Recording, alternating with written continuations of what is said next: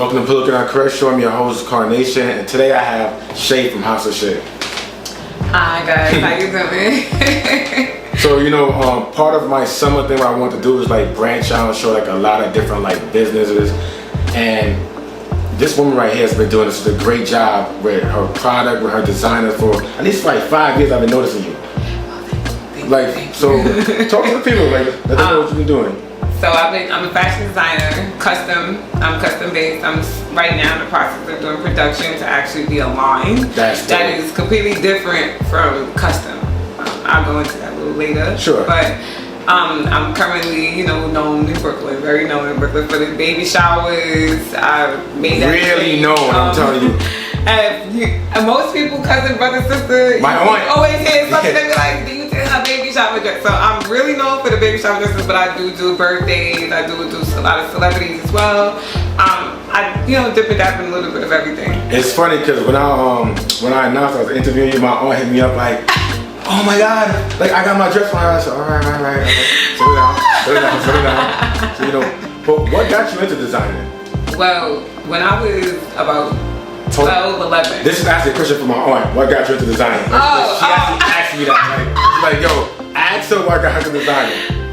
When I was 11 years old, my mom used to work at Tommy Hilfiger. Okay. When Tommy Hilfiger first jumped off, I'm talking about in the hip hop world. In 94, 95? Yeah, like when you was seeing DMX, everybody, Ja Rule with the boxes. And, at that moment, Aaliyah killed it. Yeah, Aaliyah, all of that, all those moments. My mom used to work at Tommy Hilfiger, and right over here, not too far from here, like 34 in that area, like 37th. Oh, that's the Macy's and stuff? Yeah, no, Lord and Taylor. It was like literally a block. Well, it's not there anymore. But yeah. When my mom used to go to work, my mother was just struggling, at that time, single mother. And there's days sometimes she had to take me to work with her. So if we had off from school, we had a lot of days off in New York City. Brooklyn and Queens. Exactly. So I would have to go to work with my mother, and she was one of his first workers. Like when he first started, like she was receptionist, one of his first receptionists when he first was really lit. So she did a lot of different things in that field. Like she switched up. First she was a receptionist, and then she gradually moved on and got promoted to different positions and stuff like that. Making sure the stuff that gets shipped out, stuff like that. But I was playing in the showrooms. So at the age of 12, 13, you were seeing dope shit. Because I couldn't be seen like that. You can't. So my mother would be like, all right, stay quiet, sit here in the corner.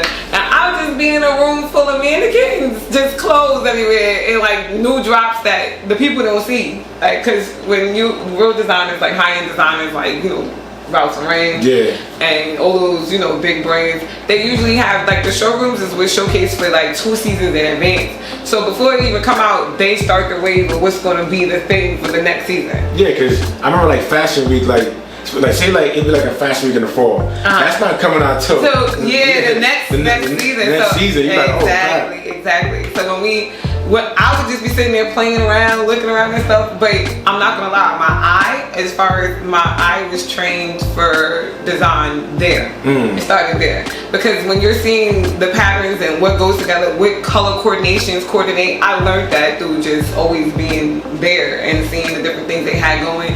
And then eventually my mother, like, no, I gotta get my kid in here. Yeah. So anytime it was some type of intern position or role, or they was doing a holiday party, anything they was doing, she's like, oh, my daughter could intern, she could work, and they give me the job, gracefully, because they love my mom. Of course, yeah, she put in work already. Yeah, so I was interning for them like at a young age, like 14, 13, doing different projects, just being a part of that environment and seeing what it's like. Naturally, now the other half is I'm from Brooklyn. Brooklyn, we about fashion. Like, when you're in school, it's trained from school. When you're in school, I didn't go to school in the neighborhood. I didn't. My mother was flying me all the way in the morning. I had to go to work to Bay Ridge. But when you on the block hanging out with your friends after school, though, it's like what kicks you got on, like what you wearing.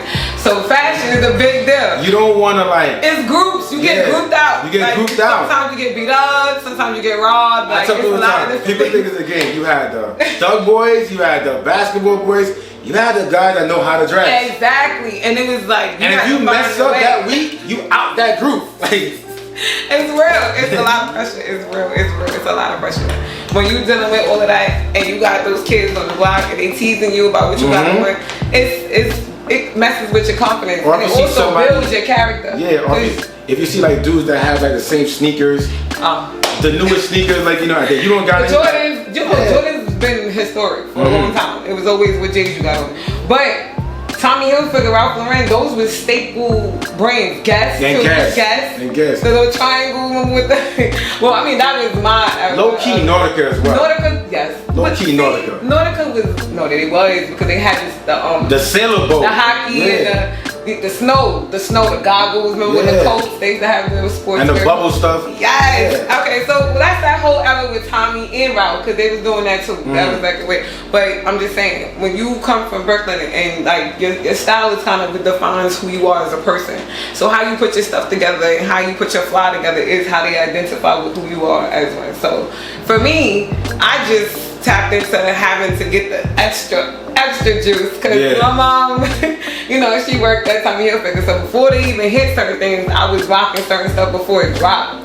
I never forget being in the movie theater and this girl was like laughing at me and my homegirl because we had these bubble coats, but they came to the floor. Wasn't out yet. But like I said, mom just made some money. This happened.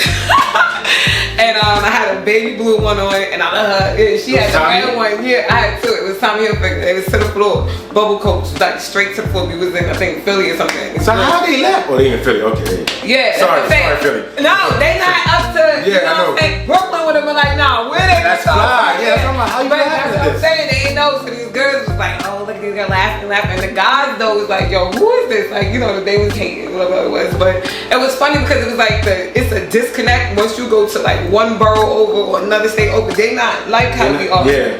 Brooklyn, you gotta know. Like if you don't know, then you're gonna learn. Hard way. Yeah, like hard way. So I just kinda had a twist of maybe like, remember I told you I went to school up top. Like I was over in the neighborhood where I was the only black girl. So from 2nd grade to 8th grade, I was the only black girl up until I think 5th grade. Another black girl came on, my little sister, but I was the only black girl in school. So I had a good blend of diversity in my life to understand and respect different cultures and different things and what they had too. What they like and what we like. Yeah. So it was like my style, my personal style ended up being like preppy, but then also hip hop. Yeah. So or like very glam, that rich type, you know what I mean? So it's a mix, it's a blend, but it really stems from going to my mother's job. Because if I wasn't in that environment, I don't think I would have liked fashion and dressing, but on a level of like a regular job. Like, just wanting to put myself together nice, not the level of where I was taking it with my where you at now? Fashion. Yeah. So auntie, that was for you. No, I'm not gonna lie. That's something that a lot of people probably didn't even know that. Yeah, a lot of people didn't know that at all because I had no clue. Even now, I was shocked that Tommy he knows my face. Like I was like, hey, Tommy, he was like, oh, how you doing? And I remember being, supposed to go on like years ago on a date, and I was over by like Prospect Park on the side, and I was like, Tommy, because right now, like that's him. But they live in Brooklyn. He live in the city, Park Ave, over there by like Central Park. Yeah. And I was like, Tommy, he was like, hey, what's going on? I was shocked because he meets millions of people in his lifetime. That probably shows the effect that your mother had. That's what I'm saying, because being around the office, seeing me from young, like, and then just knowing and recognizing me as an adult, I was kind of shocked about that. But he's very cool, down to earth. I know the rumors. I've heard the rumors that he said, I've heard the rumors about what they said. I get it. But I'm going off of what I know, and most of his work is that, that works for him, that did his major stuff, were black people. So I'm going by what I see and what I know. When I was there, this man didn't have to. Every time I came in his office, he had a bag full of things for me. And it wasn't just me, it was just that's how he took care of people. And he took care of people that worked for him. So I'm just going from what I know as a man personally. He's always been respectful, always been nice, always looked out. So yeah. Alright, so let me ask another question too. Because it's something that I want to know about you. Like, what was your first design? In life? In life. Like in life. I mean, I went to fashion industry. Yeah. So like, did you design like a shirt first or like a dress first? Sometimes people are like, oh yeah, I cut up some shorts and I did this, I did that. High school. I went to fashion industry, so they exercise you doing, being creative. But I think I painted something like on some shorts. I spray painted them gold and put like M&Ms on it, sketched it out, and then embroidered. So I asked you that because I already that just showed you right there. You was already creative already. Yeah. Because who's gonna do that?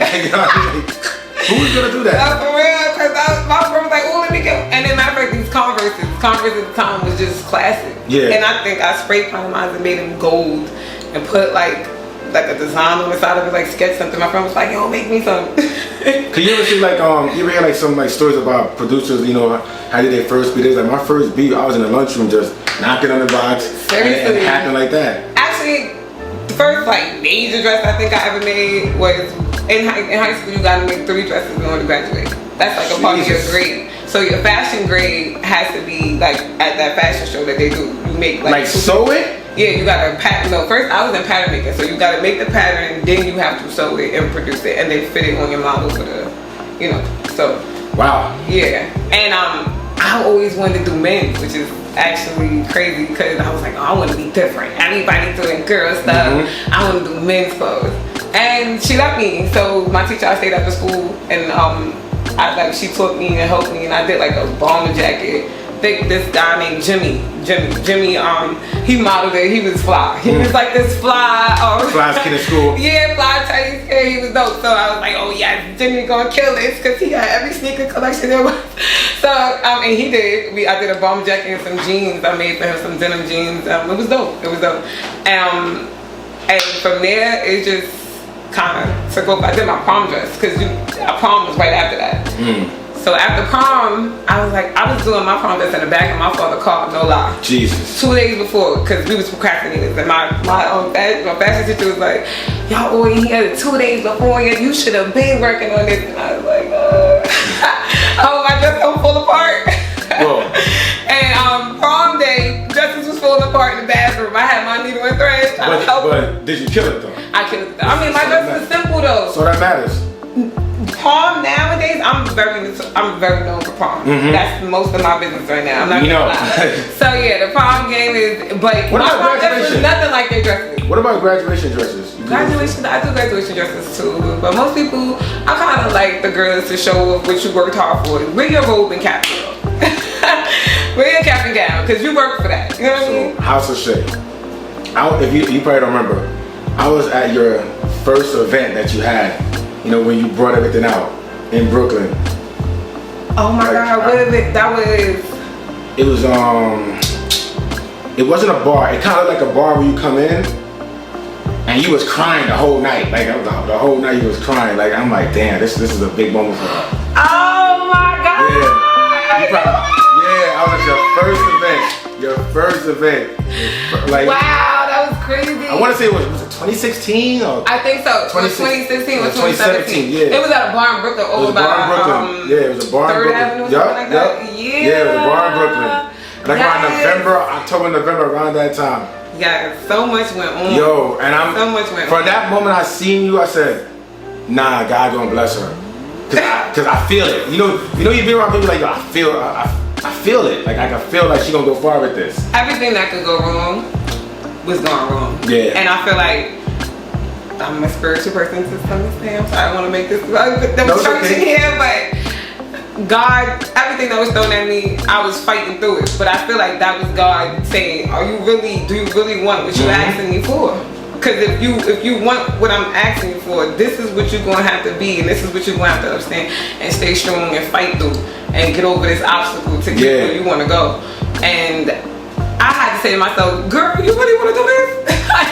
Because this is stressful. Look what's happening. Everything's falling apart. Like, what you going to do? And I realized that you realize how strong you are in situations where your back is against the wall. And it's like, what you gonna do? You gonna fold or you gonna stand 10 toes strong? So and a lot of times as an entrepreneur, no one sees the back of what's going on. No. You don't see, because no one knew you were stressed. I just have to go to the bathroom and I'm like, oh wow, this is a lot going on here. Like, she's stressed out. Like, was your mother there? Like, I think she was. Yeah, your mother was there. Like, somebody was consoling you and telling you to just calm down. Calm down. Everything was going like left. Because nobody knew that. Nobody knew that. Everybody thought it was a great show. And I'm like, they was like, somebody broke the thing. I'm like, God, that was $400. All right. Yeah, you have the green background in the back. Yeah, and the thing, there's supposed to be like the look thing for people to take pictures to come to the back, but we had to just leave it in front. But it was cool. But like I said, unless you was back there, you didn't see it. Yeah. So from there to now, Come on, girl, you did great. Thank you. You did great. I appreciate that. You did great. Like you said, like. Funny thing is, people don't know, but when that launch happened, my business was in my house. Yeah. Still was in my crib. And honestly, I've seen over thousands of people. That's when I was like, all right, it's time to move.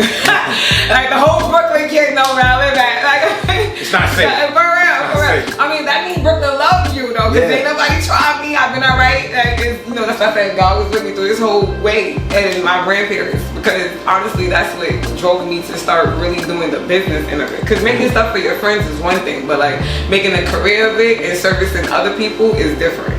So I feel like I went into a state of depression when my grandparents passed, but my depression went into like, I gotta make it. Yeah. I promised them I was gonna do this.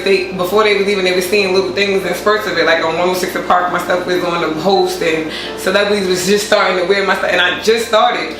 And then boom, that happened. And I was like, what just happened in the middle of everything? But then not to know that gave me a lot of fight, because I was not a fighter at all. But that made you want to fight though. Yeah, it made me, when anything you say with the business, I'm like, wait, what?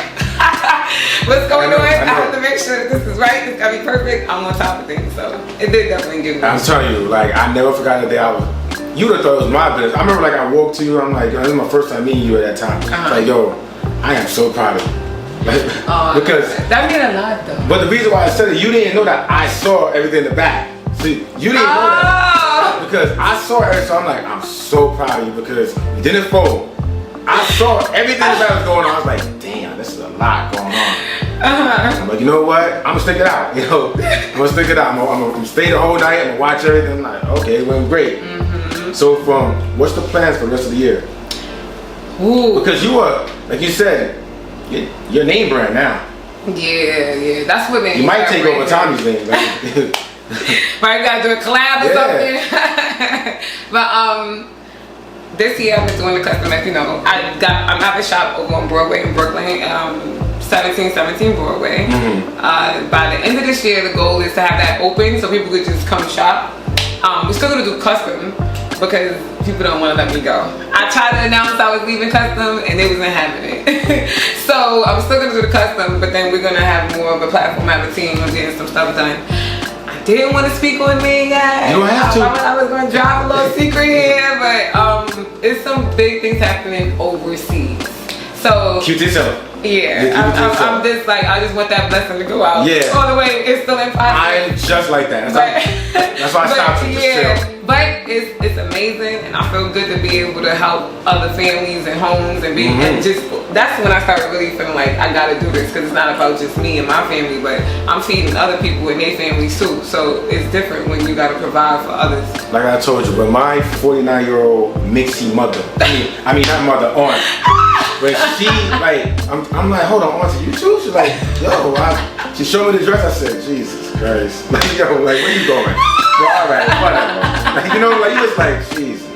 They be outside. They be outside. They be outside more than me. Like, she gotta be cute. I see. Nice. Yo, she's always going to brunch. See what I'm saying? Those brunch parties, everybody be in there. All the time, but Shay, I'm beyond with you. And I'm comfortable to tell this in front of your man too. She's really a great person. Like, the spirit she has, she's always been this way. I'm talking about, remember, imagine you know some people, if you don't meet them, I mean, if you don't know them personally, they don't really greet you with the same love. I didn't know her, and she greeted me with the same love that she's greeting me right now. So people like that, you always gotta be like, yo, nah. Even if how way I can help, I'm gonna help, because that's just how I am. Like, you know, if I see you like that, I'm gonna try to help you. And that's dope. Yeah, because that's what I always say. Like, nah, I'm gonna help Shay. That's dope. That's dope. Because honestly, to be real with you, all the opportunities I've ever gotten in my career, even dealing with celebrities, I've never been able to reach out to them. Like I've just this year been saying, okay, I gotta start reaching out and start emailing, start sending.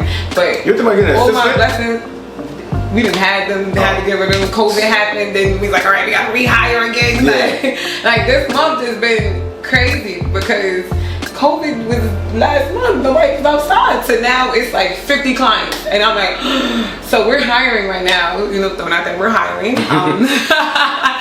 So we're building a team and working on getting some people in there as well too, because you can't win without a team. You can't.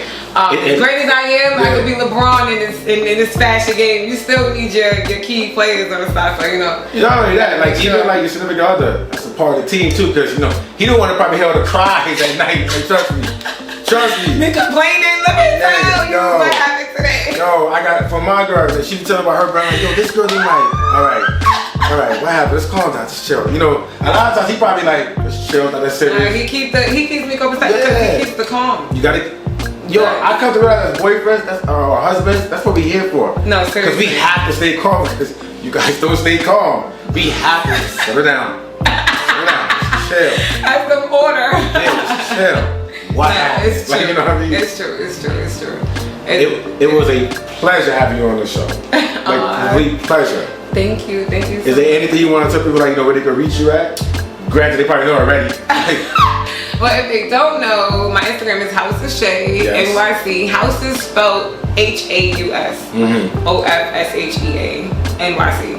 And my website is HausOfSheaNyc.com. It's HausOfSheaNyc.co. We're going to be working on getting some new pieces on there so that people could also order. So right now, I'm in the process of production. I'm doing the brand, and it's taking a little while because I want to do it with my own people. I want my dollar to circulate, so instead of going to China and going to these different places, I wanted to work with a black-owned business. So I have production with well, I don't mind sharing either. If you want the information, I can definitely give you her information. But was doing production with this girl named Lenise. She's really good.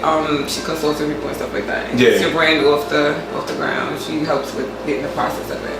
The back work that people don't know about. They don't know. Like the buttons nobody care about, the zippers that nobody, like all those things that you gotta shop for and get in between that is that you probably think, oh, this is probably nothing. No, it's something. No, because even when you wear a shirt, right? There's guys that have plain t-shirts, they be $400, right? $150 for a t-shirt. You're like, oh my God, you paid that much for a t-shirt. But that t-shirt don't feel the same as the other t-shirts. Like, took a long time. It's like, they lasted like 10 years. Exactly. It'd be the cut. The fit is different. The pattern is different from the rest of the t-shirt. The Billionaire Boys Club. Like, Jesus Christ. Oh my God. Shirt would last like 10 years. Like, seriously, but that's good quality. The people, that's what you pay for. So there's a saying that I heard from my homeboy before we go off. So I heard from my homeboy, you pay for luxury, you get luxury. He said this like 12 years ago, and I always stuck with him like, damn, whatever I pay for. Why I changed to my brand and my business, why we have the shop and the experience we have. Like, the VIP clients, you spend over a certain amount, you get a bottle of calm champagne. So we can give you the bottle, you can pop the bottle with us. But we give that luxury service so that they understand that you are the Beyonce. Because for me, I would choose a girl from up the street or on the way before a celebrity any day. Any day. Because I've been able to stay with my business 10 years strong, 8 years strong of working for myself. And it's all been black clients, my own people of my own kind. So black people do support and of course. But once again, your spirit is good. Your spirit is good. So you come through that good spirit, people gonna show love as long as you keep that up. Yeah, the whole outlet should just make sure the girls look beautiful. Because when they go out, I be like an auntie, a proud one. She killed it. So that's the whole outlet is just being a part, and I be feeling honored that they want me to be a part of their moment. So it's about them, it's not about me. It was a pleasure having you on. Thank you. This is House of Shea. I'm Carnation, not correct. Take care, everyone. Bye.